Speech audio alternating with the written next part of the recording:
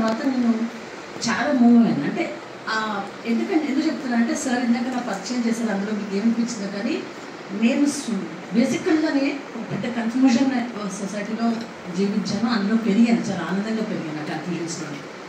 అంటే బయట వృత్తి హిందీ, రాసేది తెలుగులో, మాట్లాడేది ఇంగ్లీషు. అలాగే నాకు చాలా ఇష్టమైన పదార్థం హలీము, ఇష్టమైన ప్రదేశం చార్మినార్, తాగేది ఇరానిటీ. నాకు చాలా ఇష్టమైన భాష ఉర్దూ, చాలా ఇష్టమైన భాష, నేను సభాముఖంగా చెప్తున్నాను. నాకు రఫీ అంటే సాహిర్ అంటే రాదు, కానీ మళ్ళీ మాట్లాడితే నీ మతం ఏది అంటే హిందూని చెప్తాను. ఇలాంటి భిన్న మతాల్లో భిన్న ధృవాల్లో పెరుగుతూ కూడా ఎప్పుడు కూడా అభద్రతా భావానికి కానీ ఆగ్రహావేశాలకు కానీ లోను కానీ వాతావరణంలోనే పెరిగాను. అది ఎలా పెరిగానో తెలియదండి నిజంగా. In fact I think I was blessed. ఇంటి నేపథ్యం కావచ్చు, లేకపోతే ఆ రోజుల్లో వాతావరణం కావచ్చు. కానీ ఇప్పుడు ఒక లెక్చరర్గా నేను గమనించేది ఏంటంటే మతపరమైన అభద్రత, కోపం రెండు కూడా సమపాలనలో పెరుగుతున్నాయి, సమంగా పెరుగుతున్నాయి. ఎప్పుడు దేన్ని అడ్రస్ చేయాలో తెలియని కన్ఫ్యూజన్లో, అంటే ఈ వాతావరణంలో పెరిగిన నాలాంటి వ్యక్తులు, నాకంటే ముందు తరం సుమతి గారు లాంటి వాళ్ళు, రఘు గారిని కూడా నాకంటే ముందు తరం అని చెప్పచ్చు, అలాంటి వాళ్ళందరూ కూడా అంటే చాలాసార్లు నేను ప్రశ్నలు వేసినప్పుడు వాళ్ళు మౌనంలోకి వెళ్ళిపోతారు అనమాట. మొన్న మధ్య రఘు గారు అన్నారు, నేను బహుశా నాది ఓల్డ్ జనరేషన్ ఏమోనా, మరి నేను అవుట్డేటెడ్ ఏమో అని అంటారు. అంటే ఆ రకంగా కొన్నిసార్లు తప్పించుకుంటారు కొంతమంది. ఇలాంటి కన్ఫ్యూజన్ వాతావరణంలో పెరుగుతున్నప్పుడు నాలో చాలా ప్రశ్నలు ఉదయిస్తూ ఉంటాయి అనమాట. ఇలా ఎందుకుంది, ఇలాగే ఎందుకు ఉండాలి? బేసికల్గా ఫ్యామిలీ పరంగా సోషలిస్ట్ బ్యాక్గ్రౌండ్లో జీవించుకొని ఉన్నాను. నాకు ఎందుకు ఎరుపు అంటే చాలా ఇష్టం, ఈరోజు కూడా ఇష్టం. అది నాస్టాలజీ అనండి, లేకపోతే ఏదైనా అనండి.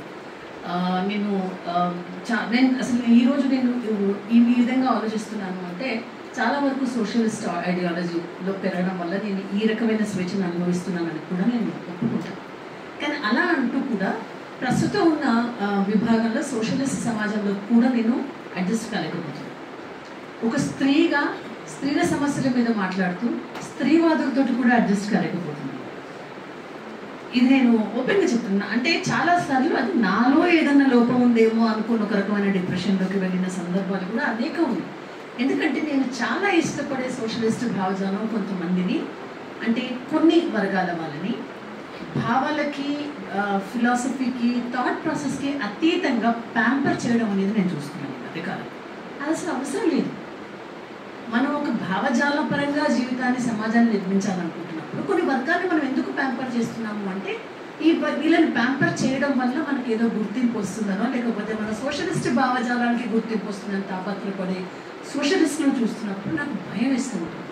ఎందుకంటే ఏ సిద్ధాంతాన్ని ఓన్ చేసుకొని పెరిగానో వాటిని డిసోన్ చేసుకోవడము చాలా కష్టం, చాలా కష్టం. అందుకే రష్యాలో మార్క్సిజం కుదేలైపోయినప్పుడు చాలామంది ఆత్మహత్యలు చేసుకున్నారు అని అన్నారంటే అలాంటి వాతావరణాన్ని కూడా నేను చూశాను. కాబట్టి ఎందువల్ల అవుతుంది అంటే కొన్ని భావజాలాన్ని ఓన్ చేసుకొని పెరిగి జీవితం మొత్తం దానికి ఇచ్చిన తర్వాత దాన్ని డిసోన్ చేసుకునే ప్రాసెస్ ఉంటుంది చూడండి, అది ఏమన్నారు కదా, అంటే మనలోని అవయవాల్ని మననే తెంపుకునే అంతటి బాధ. అలాంటి బాధని నేను హమీద్ దర్వాయి గారి కథలు చూసినప్పుడు నాకు ఏమనిపించింది అంటే, ఎందుకంటే నేను ఇష్టపడే కవులు కానివ్వండి ఎవరైనా కానీ వాళ్ళందరూ కూడా లోనర్స్. ఎప్పుడు అంటారు ఆహా నువ్వు నీలాంటి వాళ్ళం అని.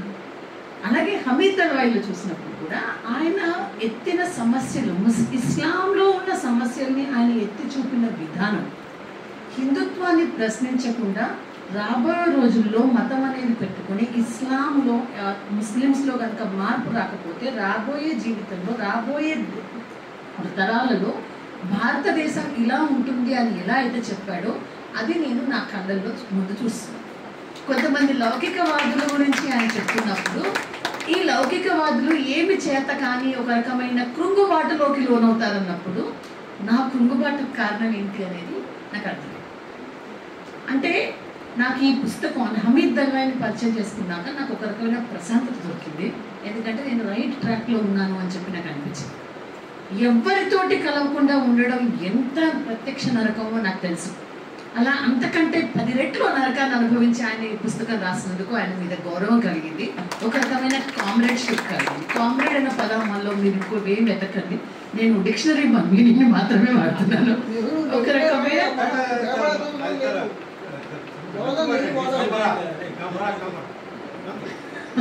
ఓకే. సో ఆ కాంప్రేట్షిప్ అనేది నాకు హామీద్ దర్బాయిలో కలిగింది. ఈ పుస్తకాన్ని ట్రాన్స్లేషన్ పరంగా నాకు దీని ఒరిజినల్ చదవలేదు, బట్ చదువుతాను. ఎందుకంటే రఘు గారు నాకు ఎప్పుడు మా ఇద్దరి మధ్య ఒకటి చదువుతాడు, ఏదైనా పుస్తకం ఉంటే ముందు దాని ఒరిజినల్ చదవండి. నేను ఎప్పుడు కూడా ఒరిజినలే కనుక్కొని చదువుతాను. నాకు వస్తే హిందీలో చదువుతాను, లేదంటే ఇంగ్లీష్లో చదువుతాను, తర్వాతనే ట్రాన్స్లేట్. ఎందుకంటే నాకు తెలుగు అనువాదకుల మీద అంత మంచి అభిప్రాయం లేదు, క్షమించాలి, నాకు ఇలాగే మాట్లాడడం అలవాటు. కానీ ఈ పుస్తకంలో అర్థపరంగా ఎటువంటి ఐడియాలజీని అయితే హమీద్ దర్బాయి రిప్రజెంట్ చేస్తారో ఆ ఐడియాలజీని చాలా చక్కగా, అంటే చాలా చిన్నపిల్లలకి కూడా, అంటే పెద్ద సోషల్ ఆస్పెక్ట్స్ తెలియని వాళ్ళకి కూడా అర్థం చేసుకునే విధంగా ఈ పుస్తకం వచ్చిందని మాత్రం చెప్పగలను. ట్రాన్స్లేషన్ ఎలా ఉంది అనడానికి నేను ఒరిజినల్ చదివితే తప్ప నేను చెప్పను. అయితే ఈ పుస్తకాన్ని నేను ఎందుకు అవసరం అని చెప్తున్నాను అంటే, ఇందులో కొన్ని విషయాలు నాకు చాలా, అంటే ఒక ఐ ఓపెనింగ్ అనిపించాయి. నేను నెహ్రూ గారిని అంత పెద్దగా నేను ఎప్పుడు అభిమానించలేదు. అంటే నేను ఎప్పుడు, నాకు తెలిసిన చర్చలు ఎప్పుడు రఘు గారితోనే జరుగుతూ ఉంటాయి. అంటే కమ్యూనిస్ట్ బ్యాక్గ్రౌండ్లో పెరిగిన వల్ల కావచ్చు, what ever it is, Nehru గారిని నేను కేవలం ఇంకో రకంగా చూస్తాను తప్ప వారిని ఒక నాయకుడిగా, లేకపోతే ఆయనలో చాలా లోతైన ఆలోచన చేసి దేశానికి